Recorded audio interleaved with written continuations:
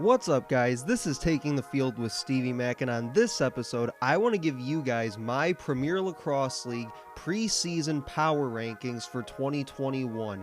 Obviously, this week we're in the middle of preseason training camp. The season starts on June 4th later on this week, so let me give you guys real quick my preseason power rankings. And obviously, I think the clear and obvious choice for number one is the Whip Snakes. I mean, it has to be, right? Their defense in 2020 was rated the number one defense in pro lacrosse history in terms of opponent shooting percentage, although many people have argued that with the shorter shot clock now that has played a factor in that, but still statistically one of probably the, at least I'd say, top 5 defenses in pro lacrosse history. Well, that defense from 2020 is returning this year after being protected by Jim Stagnita in this year's expansion draft with the Cannons, and their offense returns, or should I say features, the last 2 MVPs in the league in Matt Rambo and Zed Williams. Now, Joe Nardella was automatic at faceoffs last summer,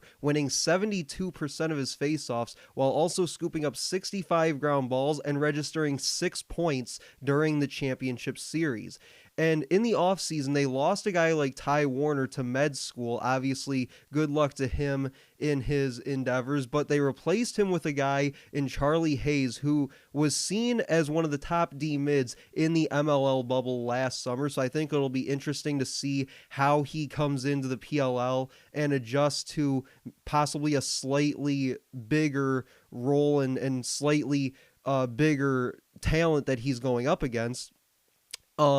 But I think offensively, they added guys like Connor Kirsten, Ryan Tierney to a team that already featured guys, as I mentioned, Matt Rambo, Zed Williams, and even Brad Smith, just to name a few. And in my opinion, and I said this after the championship series ended last summer, Jim Stagnita, in my opinion, is starting to become sort of the Bill Belichick of pro field lacrosse, because look at his resume just in the last 2 years. Back-to-back champions, number one defense in pro lacrosse. If you want to put an asterisk next to that, go ahead. But back-to-back MVPs. The Whip Snakes are quickly becoming sort of the gold standard in pro field lacrosse.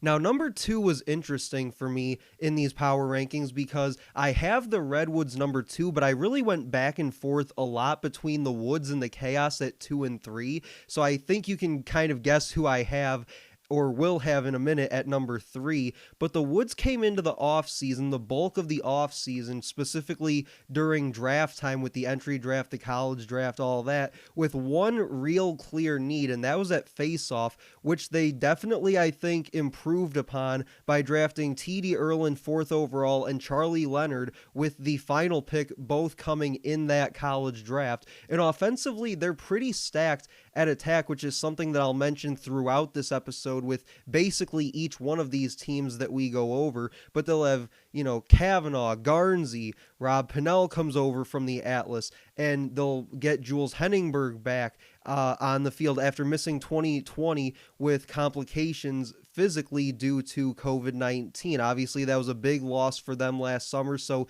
even just getting him back on the field part-time this summer, I think, will be a big boost to their team and their offense more specifically. And their midfield, I think, as talented as their midfield might be, it seems a bit old to me when you look at them compared to some of the other teams in the PLL, with their youngest offensive mid being Sergio Perkovic at 26 years old, a guy like Miles Jones just a little bit older than him at 28, so a little bit of a older midfield group with this Redwoods, but again, still a very, very talented group nonetheless. And the Woods defense is still one of the more intimidating defenses that you'll find in the PLL. They'll all pretty much return here in 2021, kind of that same idea with the Whip Snakes D.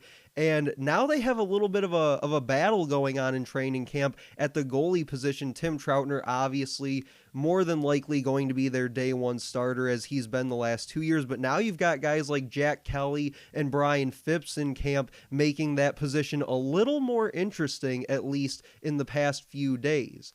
So third, as I mentioned, is the Chaos. Andy Towers loves himself some Canadians, so much so that I actually named my fantasy league this year Towers loves Canadians, or TLC for short.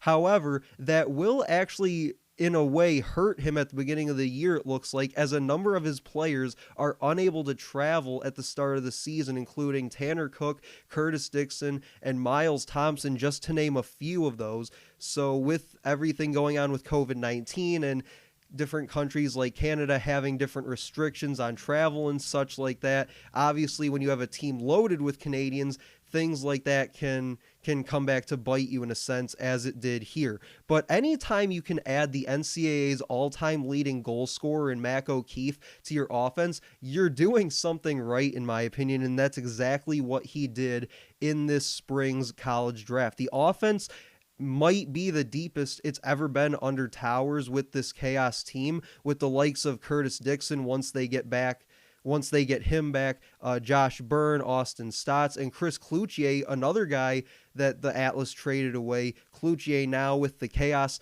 Those are basically some of your top attackmen, and then you add in a guy, like I said, in Mac O'Keefe to that unit, and then the midfield of Sergio Salcido, Dane Smith, Jake Fricaro, and Kyle Jackson, another guy that they added this offseason, another talented box-style player to this Chaos offense.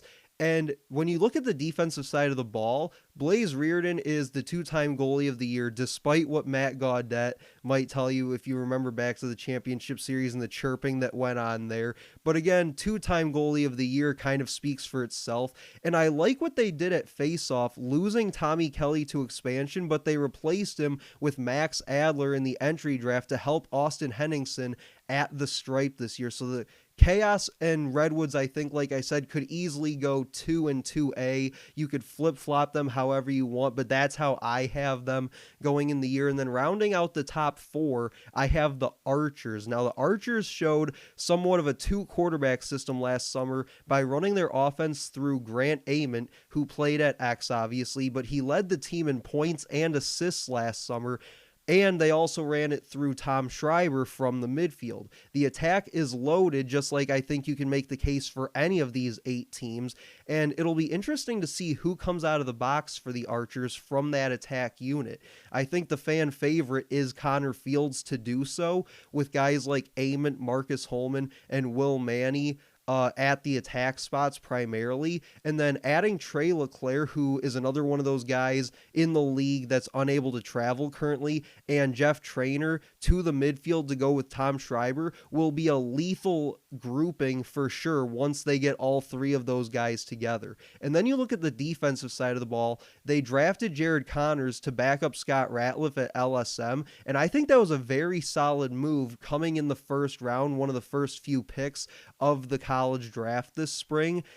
And Connors is a guy that can get up and down the field, as we've all seen him do this year at Virginia, and he makes things happen in transition. He finished the year with 4 goals and 6 assists during the 21 season with the Cavaliers. But the question that I have for the Archers, which I think you've sort of seen in each of the last 2 years, is how will the defense play? Drafting a guy like Connors and getting Jackson Place back from his horrific injury back in 2019, I think should help in ways, but I think just how much it will help will be the question, because we all know how ridiculously good they can be at the offensive end, but I feel like they get let down at times on the defensive end. So that'll be the thing to watch for me, at least in the early going with the Archers. Now, 5th, I have the Chrome. Tim Sudan took a 2-10 team in 2019, gave it a major facelift, and turned them into a competitive and fun team to watch during the championship series, finishing the championship series with a 3-2 record. At attack, the Chrome used Jordan Wolf, Justin Gutterding, and Matt Gaudette as the primary starters back then, but now they add guys like Colin Heacock and Jackson Morrill into the mix in 2021. So again, a lot of these attack groups that we're seeing this summer in the PLL are going to be seriously fun to watch. And then you look at the midfield for the Chrome, which features Will Hawes, Jordan McIntosh, Ned Crotty, and Jesse King, who's another one of those guys that's unable to travel currently, while also adding fellow Buckeye Ryan Terefenko and Tar Heel Justin Anderson over from the college draft. The Chrome defense might actually be worth paying attention to this summer, with Mike Manley, John Madursky, and Jesse Bernhardt returning, along with Eli Salama and Joel White, while adding JT Giles Harris to that unit with their first round pick, because Tom Rigney, according to Tim Sudan, will most likely have military duties to attend to. So the Chrome for me are on the fringe of being a top 4 team in the PLL, and I think the 2021 season will go a long way in determining just how close they are to accomplishing that goal. Now, number 6, I have the Atlas. You guys know by now I'm a huge Atlas fan. I've talked about the rebuild with Ben Rubior a lot this offseason. And I really like the moves that he's made, but really the games aren't won in the offseason. Now it's the time to prove it on the field. There's a lot of new faces on this team coming from a lot of different places, whether it's the entry draft, the college draft, wherever, trades, whatever it was. But I think the question is, how fast can they mesh together? And I think that the two-a-days that they're running during training camp right now will help speed that process up considerably, because on paper, this team has the makings to be a fringe top 4 team, just like I had the Chrome being. But again, lacrosse and sports in general aren't meant to be played on paper. So it's all about how this team can come out and play on the field, because most of their star-studded names like Ryan Brown, Paul Rabel, Rob Pinnell, Connor Busick, those guys are gone, and hopefully what's left is a young, versatile, athletic team that can play between the arcs like Ben Rubior wants, and more importantly, they can play unselfishly and play as a team, kind of knowing your role and doing your job. And Ben Rubior talked about wanting guys that are versatile, they're athletic, you can plug and play them in different spots in different situations, and I really think that, again, on paper, that's kind of the team that he's built here. And then you look at the defense should be much improved with the additions of a few former Outlaws in Michael Rexroad, Kyle Pless, and Andrew Newbold, plus their former defensive coordinator in Ken Clausen. So I think that at least hopefully the defense will be able to help out Jack Kincannon in the cage this summer, because he's had to stand on his head a lot in the last 2 years. So hopefully they can help him out in 2021. And I said Jack Kincannon, even with the subpar defense that he's had the last 2 years, has probably been a top 4 goalie in the PLL each of his first 2 years. And the Atlas finally got Trevor Baptiste some help at the stripe, by drafting Penn State's Gerard Arceri with their 4th round pick in this year's college draft.